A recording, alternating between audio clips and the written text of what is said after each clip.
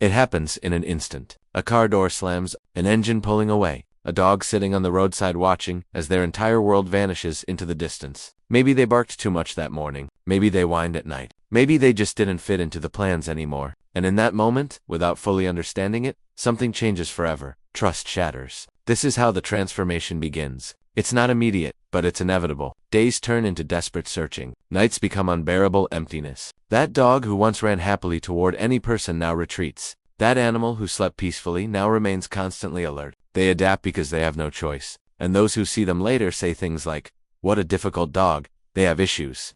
They were probably always like this." But nobody asks who hurt them so badly. This is what abandonment does to a being designed to love unconditionally. And what we'll explore today goes beyond surface behavior. We'll talk about invisible scars, about how a dog processes loss, about why some never fully recover. Because understanding this will not only help you better comprehend rescued dogs, but perhaps make you reflect on the responsibility of being someone else's entire universe. Let's start with the science behind the pain. Dogs form attachment bonds similar to those human children form with their caregivers. When that bond breaks traumatically, it's not just passing sadness. It's a complete collapse of their emotional structure. The brain responds by releasing massive amounts of cortisol. The nervous system enters permanent alert mode. The concept of safety no longer exists. Every sound is a potential threat. Every person is a possible danger. Every moment of calm is just the prelude to the next catastrophe. Because if those who were supposed to never leave did leave, then nothing is reliable, nothing is permanent. And that lesson gets engraved deep. So they build walls. Or the opposite, they become pathetically needy. Some dogs shut down emotionally, as if deciding that feeling is too dangerous.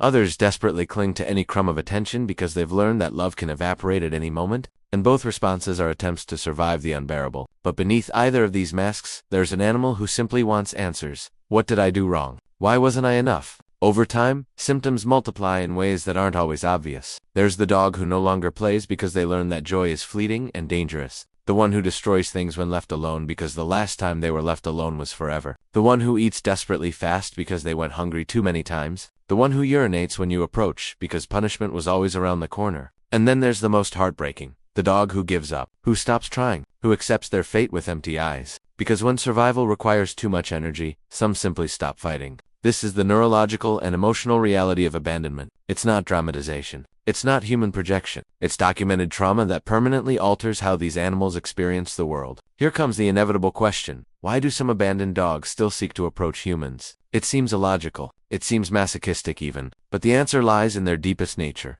Dogs are pack animals. Loneliness isn't just uncomfortable, it's existentially terrifying. So despite the pain, despite the risk, they keep seeking connection because the alternative, being completely alone, is worse than being hurt again. And here's the cruel irony. Those survival strategies they develop become barriers to their healing. The dog who learned not to trust cannot receive genuine love. The one who learned to ask for nothing suffers in silence. The one who became aggressive out of fear is labeled dangerous and loses adoption opportunities. What kept them alive on the streets condemns them in shelters. And the cycle continues. Before we continue, if this video is opening your eyes to something you hadn't considered before, please hit that like button. It helps YouTube show this message to more people who need to understand what abandoned dogs truly go through. And if you're serious about animal welfare, subscribe and turn on notifications. We dive deep into topics most channels won't touch. Now, let's talk about what healing actually looks like. Healing begins not with correction, but with recognition. Before trying to fix a traumatized dog, you need to acknowledge the magnitude of what they lived through. Because minimizing their trauma, it's over now.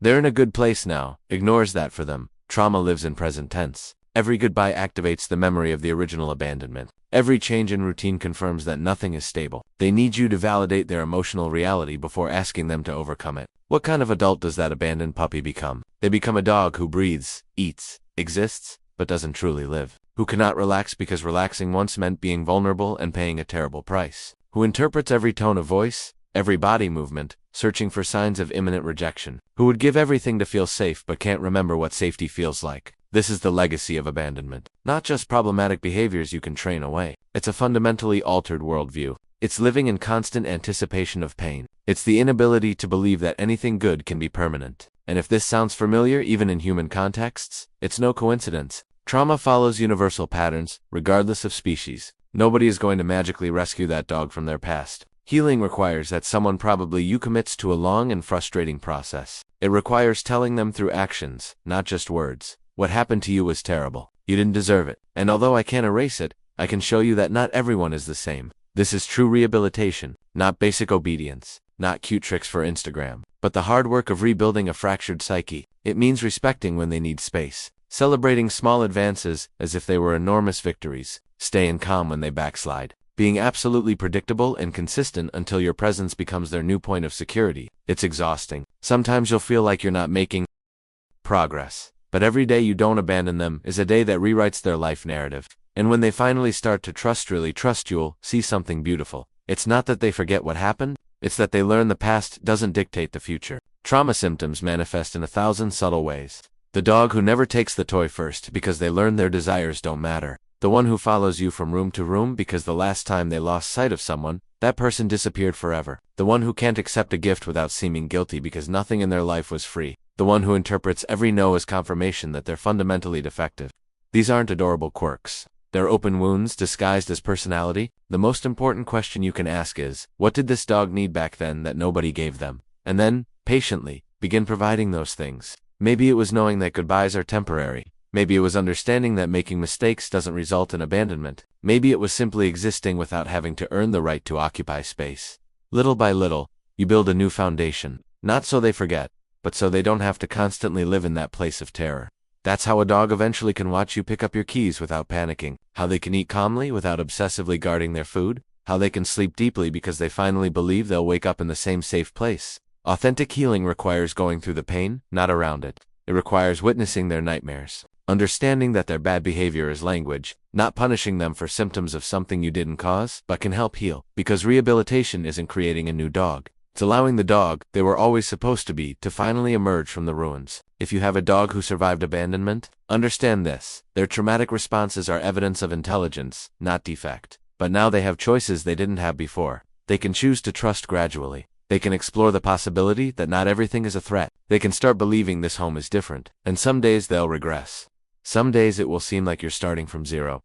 That's normal. Trauma doesn't follow straight lines. That dog isn't permanently broken. They're relearning the world under new premises, and for the first time they're growing in an environment that doesn't punish them for needing, that doesn't abandon them when it's inconvenient, that understands that behind every difficult behavior is an animal who just wants what we all want, to belong without fear. They lost their first home, but they can still build a new one, and it depends on you to make it possible. If this video changed how you see abandoned dogs, don't let it stop here.